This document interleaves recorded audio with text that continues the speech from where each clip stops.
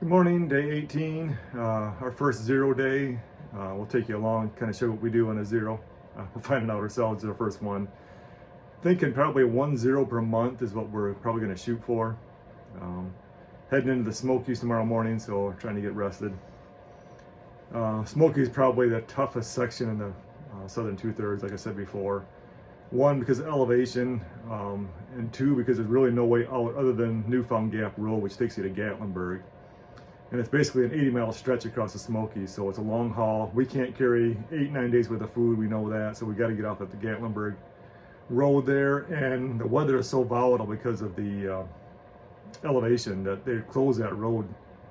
Any snow or ice, it closes, and then you're stuck up there. So since day one, the talk in every shelter night is everybody's stressing about the Smokies, so we'll see what happens. We talked to a guy going NOBO yesterday who, what was it, a week or so ago he came through, and he was pushing through waist-deep drifts in the Smokies yet. So it did warm up once that snow has melted since then, so hopefully, we'll see. So we thought, well, we had some time, we would answer a couple questions. The most prominent one seems to be questions asking about my shoe change. I started out with Ultras, and I don't have them any longer. I got rid of them when I switched shoes. So if you look at my gear bit video and want to know what they look like, you can look back at that video. When I was speaking to the gentleman at Outdoor 76 and telling him kind of what I was experiencing, he said that most likely I needed more arch support, which is sort of what Al and I figured. And so I ended up switching to the North Face shoe. So this is what my shoe now looks like, but it has much more cushion on the bottom and arch support. And I have noticed a big difference on my feet.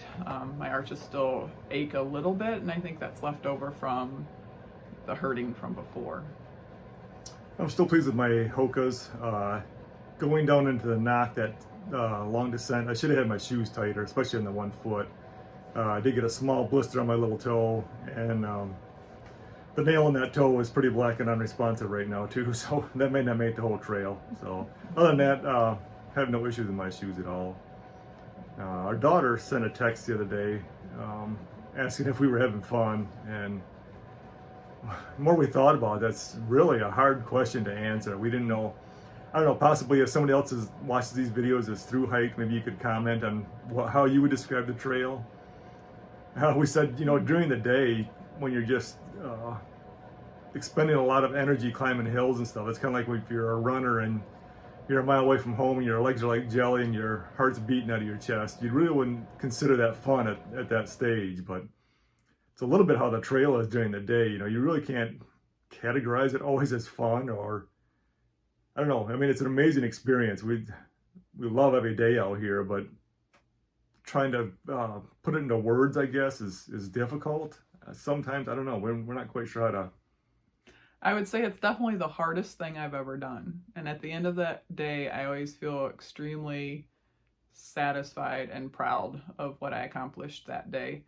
And there are fun parts of the day, like meeting people and hearing their stories. That's fun. Hanging out in the shelters and talking with other people is fun. Seeing little things along the trail, unexpected plants, just God's creation is enjoyable. But yeah, I wouldn't necessarily call it fun. Yeah, so at the end of the day, when you've reached your goal and you've ate a hot meal and you're in your sleeping bag where it's warm, I mean, there's a great sense of satisfaction and contentment, I guess, that comes with that you don't necessarily get from your job. I don't know, there's just something different about this experience that's different than going to work and feeling accomplished with that. It's just, and the anticipation is like nothing else either.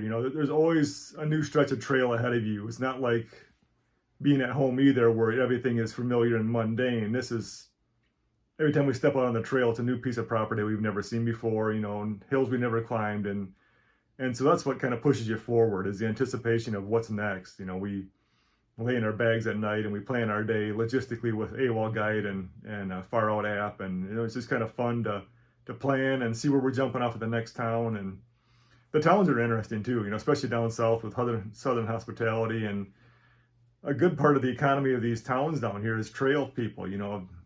Later on, especially in the bubble where there's 50, 60 people a day getting on trail, all those people are coming in, eating at restaurants, staying in motels, buying stuff at the gear shops, going to the grocery store. So people are happy to see people come off the trails, super friendly, want to talk to you. So just kind of these quaint rural towns you run into along the way are fun. So yeah, it's kind of hard to put a word to it to describe this experience, but it's been amazing so far. So, and another thing about the YouTube comments, we really appreciate people taking the time to comment. We read them, but often don't reply because it's like 4 days, 3 to 4 days till we get cell service again or Wi-Fi, so we can read the comments. So it doesn't always seem practical to reply to something that somebody wrote 4 days ago, if you know what we mean. We do read them. If you have questions, we'll try to address them in videos. You know, if you have something you're curious about, we'll do our best to attend to them. So. And we do. Thank you so much for all the positive comments, encouragement. It really is helpful, and we appreciate it, knowing there's people out there cheering us on. Yeah, we'll take you into town when we resupply, and we'll also lay out all our food for the next section to give you an idea kind of what we eat and what our resupply looks like.